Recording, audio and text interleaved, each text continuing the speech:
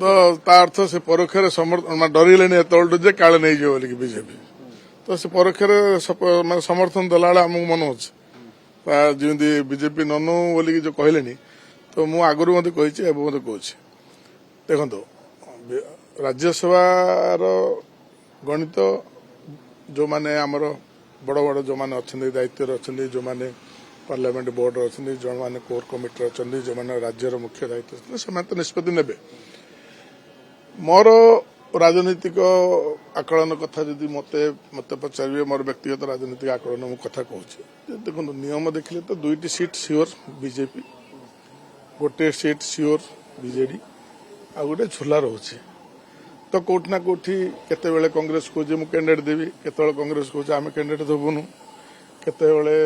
ବିଜୁ ଜନତା ଦଳ ବାଲା କହୁଛନ୍ତି ଯେ ଆମେ ଯେମିତି ବିଜେପିକୁ ଅଧିକ ସିଟ୍ ନ ଯାଉ ତ ଏଇଭଳିଆ ବିଭିନ୍ନ ପ୍ରକାର କଥା ଆପଣମାନଙ୍କ ଗଣମାଧ୍ୟମରେ ଆମେ ଶୁଣିବାକୁ ମିଳୁଛି ତ ମୋର କାଲକୁଲେସନ ହେଲା ଯେମିତି ଦେଖନ୍ତୁ ବିଜୁ ଜନତା ଗତକାଲି ମୁଁ ଗୋଟେ କଣ ଶୁଣୁଥିଲି ଯେ ଆମର ଯିଏକି ଅଛନ୍ତି ନେତା କି ଯିଏକି ପ୍ରାକ୍ତନ ମୁଖ୍ୟମନ୍ତ୍ରୀ ନବୀନ ପଟ୍ଟନାୟକ ମାଷ୍ଟର ଷ୍ଟ୍ରୋକ୍ ଖେଳିବେ ତ ସେଇ ମାଷ୍ଟର ଷ୍ଟ୍ରୋକ୍ ଧାମନଗର ଭଳିଆ ନ ହଉ ମାଷ୍ଟର ଷ୍ଟ୍ରୋକ୍ ଯୋଉ Dhamnagar Bai election master stroke ଯେମିତି ଖେଳିଥିଲେ ତା ପରବର୍ତ୍ତୀ ଅବସ୍ଥାରେ ବାଇ ଇଲେକ୍ସନ ଯାହା ହେଲା ତା ପରବର୍ତ୍ତୀରେ ଜେନେରାଲ ଇଲେକ୍ସନ ଯାହା ହେଲା ସେଇଭଳିଆ ମାଷ୍ଟର ଷ୍ଟ୍ରୋକ୍ ନ ସମୟ କହିବ ମୁଁ ତ କହିଛି ଆଗରୁ ମଧ୍ୟ ମୁଁ ତ କନଫିଡେନ୍ସ ଅଛି